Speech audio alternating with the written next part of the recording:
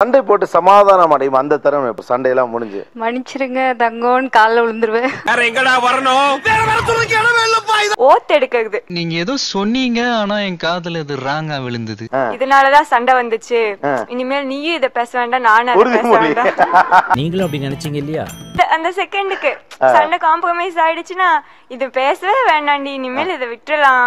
நான் ஓகேன்னு சொன்னாதான் விடணும். அவங்களா வந்து சாரின்னு கேட்கும்போது ஏதோ நம்ம ரொம்ப பிளெஸ்ட் மாதிரியும் அந்த மாதிரி தோணும். எதையோ சாதிச்ச ஒரு சந்தோஷம். சோ எங்களது லவ் மேரேஜ் தான். எங்க பேரண்ட்ஸ் கல்யாணம் பண்ணி வச்சாங்க, பட் ஃபுல்லா அக்செப்ட் பண்ணல. இன்னும் ஒரு தடவை கூட ஹர்ட் பண்ணதோ என் ஃபீலிங்ஸ் இது பண்ணதே கிடையாது. So I feel is the best husband in the world.